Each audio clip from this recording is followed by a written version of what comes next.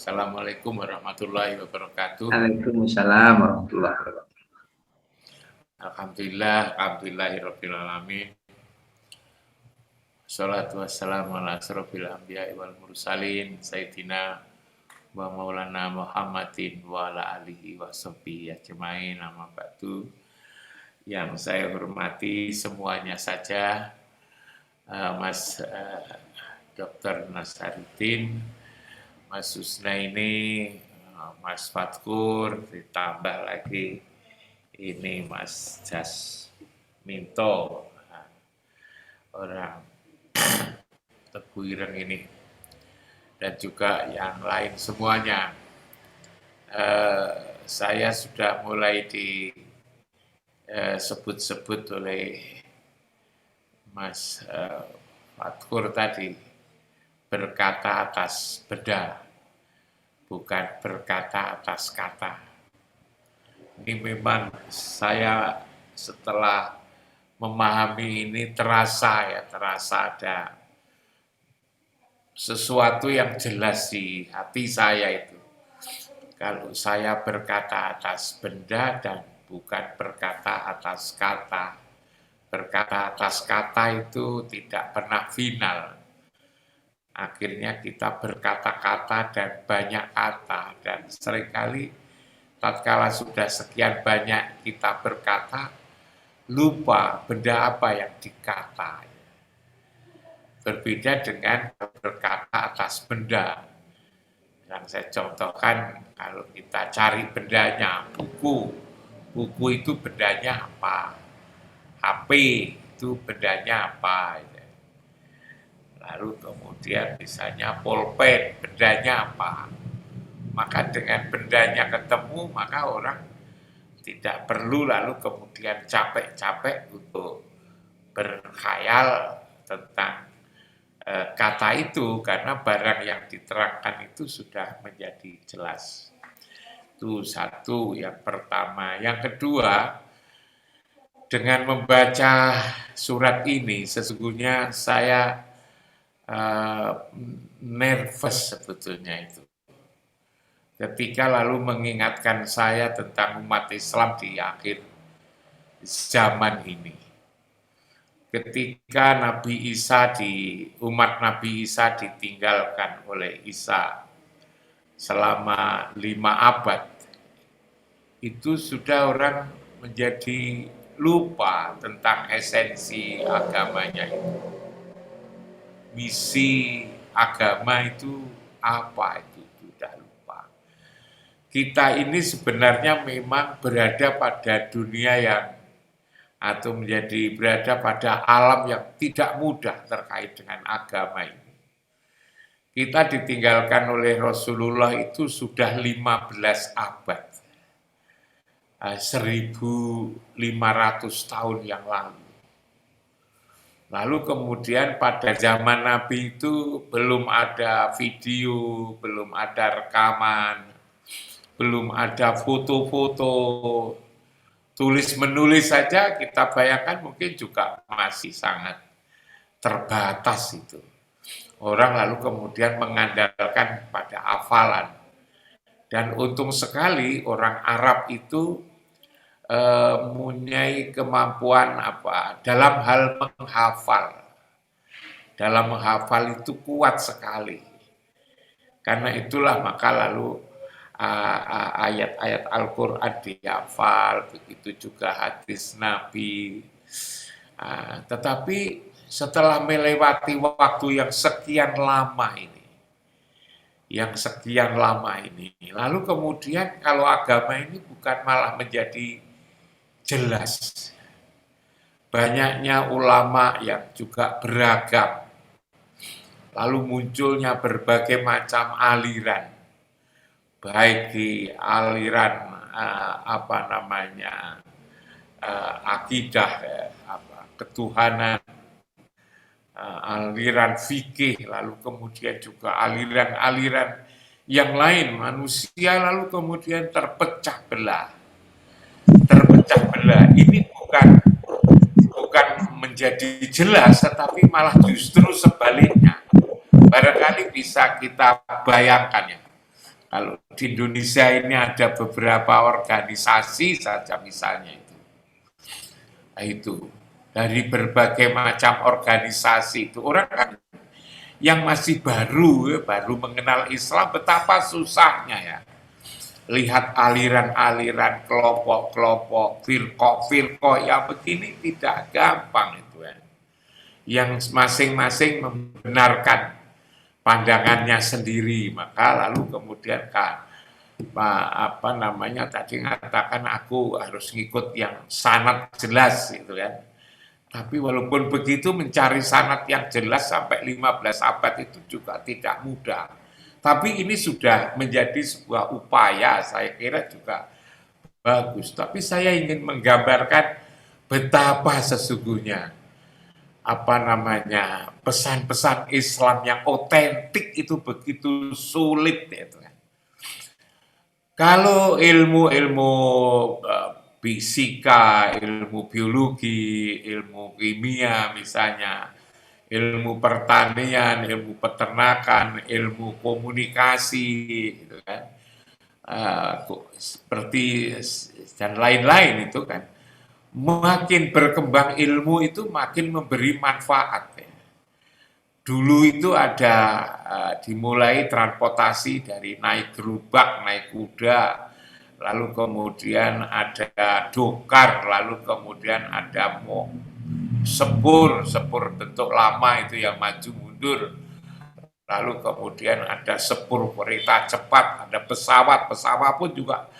Jadi dengan itu berkembang karena sains dan teknologi, sehingga sains teknologi itu memberi manfaat.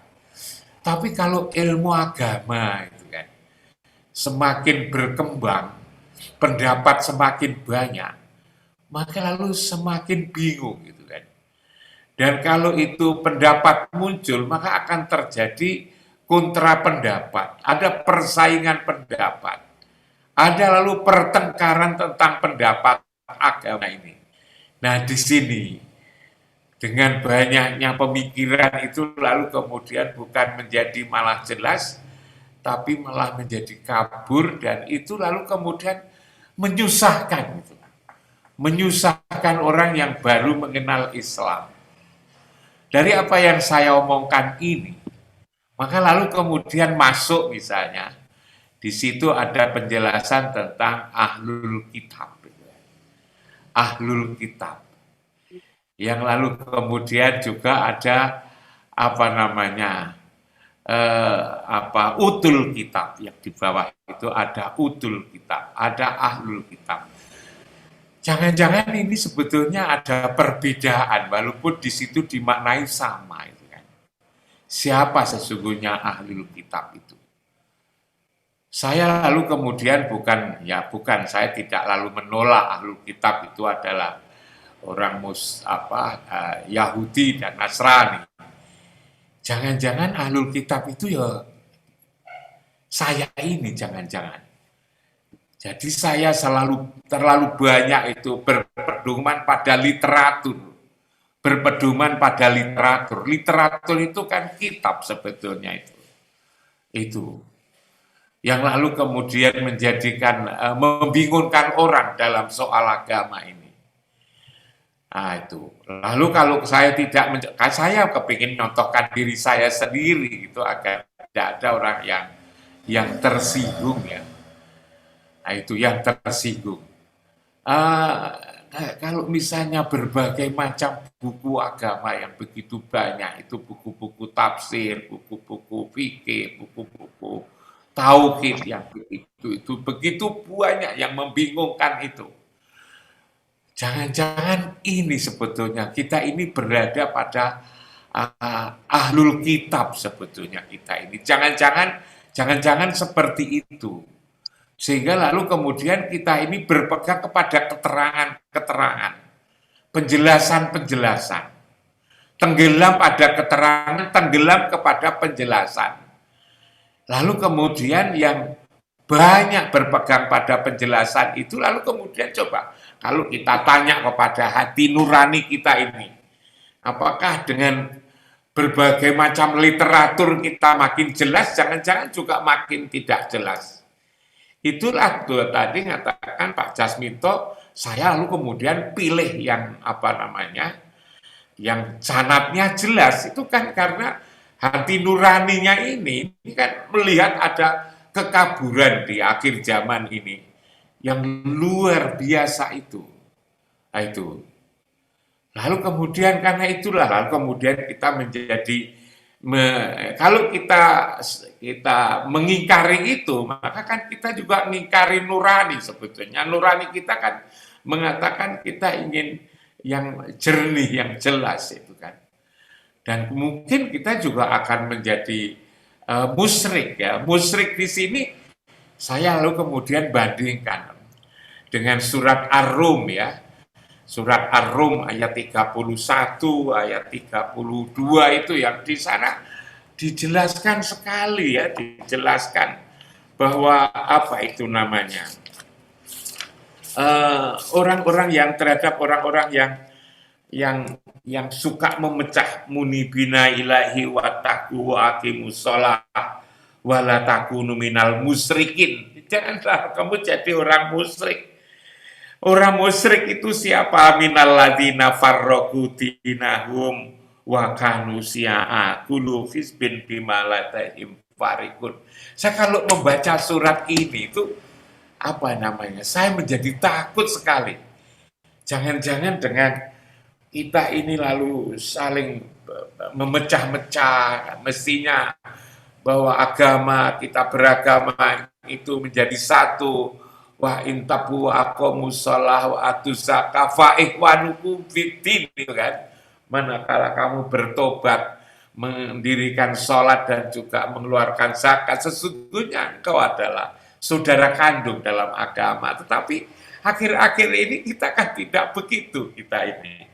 Kita kok seperti yang digambarkan di surat Ar-Rum ayat 31, ayat 32 itu. Jangan-jangan kita apa namanya, masuk golongannya orang yang musyrik, jangan-jangan. Jangan-jangan ayat ini sesungguhnya bukan tertuju kepada Yahudi, Nasrani, tetapi jangan-jangan tertuju kepada kita itu sebetulnya. Kita sendiri, kalau kita sendiri nanti orang tersinggung, ya kepada saya lah, gitu, kepada saya sendiri, gitu, kepada saya. Ini yang saya pikirkan, yang saya menjadi takut gitu kan. Karena itulah maka datanglah Rasul itu dari Allah, langsung minallah itu kan. Lalu apa? Membacakan suhuf, lembaran-lembaran suci. Suhuf itu siapa sebetulnya? Lembaran-lembaran suci itu apa sebetulnya? Saya kok memaknai yang ada di dalam dada ini. Yang di dalam dada itu ada catatan-catatan nurani yang bersih, yang suci gitu kan. Ya inilah sebetulnya, ini tugas Rasul memang begitu. Kalau kita lihat surat Al-Baqarah ayat 151,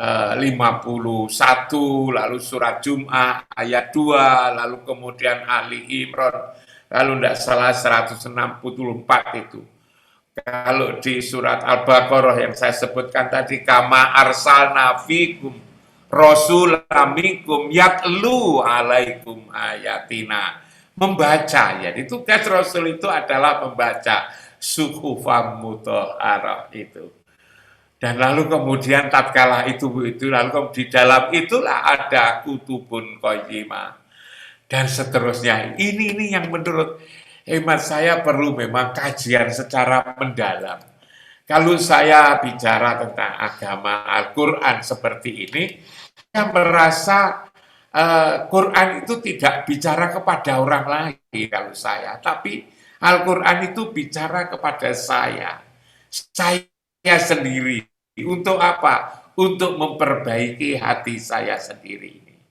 Nah, hal-hal seperti ini sesungguhnya ketika lalu kemudian saya membaca ini kok ada apa namanya, ada ahlul kitab, lalu kemudian ada utul kitab, lalu kemudian ada orang kafir, lalu kemudian ada musyrik. Jangan-jangan kitab Quran ini sebetulnya juga untuk kita. Nah, tentu saya tidak akan membahas semuanya, tetapi saya ngajak untuk melakukan perenungan secara lebih mendalam sebetulnya. Kepada siapa ini kok ada ahlul kitab? Ini kadang-kadang kita kau lalu apa? Tapi ahli-ahli tafsir mengatakan begitu, ya silakan sajalah ahli tafsir itu. Jangan juga ada, kita kan juga tidak begitu cepat mudah. Membaca 5 kitab tafsir maka juga 5 jenis. Membaca 10 tafsir pemahamannya juga 10 jenis. Ditambah 20 juga berbeda-beda, gitu kan. Karena itu lalu kemudian mana itu di antara sekian yang jelas. Jangan-jangan apa namanya dengan banyak seperti itu kemudian malah tidak jelas. Tatkala saya membaca buku-buku agama itu lalu saya juga teringat Pak Mas Nazaruddin itu ya, Pak Fatkur di surat Al-Baqarah itu ayat 79 itu. Fawailul lilladzina yaktubunal kitab biaidihim summa yaquluna hadza min indillah liyastaru bihi samanan qalila dan seterusnya. Itu menakutkan sekali. Bagi saya itu ternyata diancam dengan begitu berat gitu kalau pemahaman saya. Manakala kita menulis kitab tapi lalu kemudian kita mengatakan ini dari Allah, padahal sebetulnya itu adalah hanya untuk mendapatkan keuntungan yang sedikit. Karena itu ajakan saya adalah ini ayat ini, walaupun 5 ayat ini sesungguhnya padat sekali dan kalau dirasa-rasakan ini memang luar biasa menurut saya. Apalagi kalau ahlul kitab dan juga yang disebut itu sebetulnya ada musyrik, lalu kemudian kafir, itu bukan tertuju kepada orang lain tetapi tertuju pada kita sendiri. Saya selalu ingat di surat At-Taghabun ayat 2 itu, huwallazi khalaqakum faminkum kafirun wa minkum mu'minin. Saya senang Husna ini dikasih waktu agak depan ini agar saya tidak lalu omongan saya barangkali ada yang mengkritisi dan saya senang sekali dianggap misalnya saya terlalu tidak bisa juga tidak apa, dibilang salah semua saya juga tidak apa gitu kan, karena memang pemahaman Al-Quran itu seperti itu, begitu sulit, tidak cukup hanya pakai tata bahasa, karena kita juga mengatakan bahwa Quran itu punya muatan sastra yang tinggi, yang kadang-kadang seperti puisi, seperti pantun, gitu kan, senandung, gitu kan bahasanya, sehingga memang tidak gampang.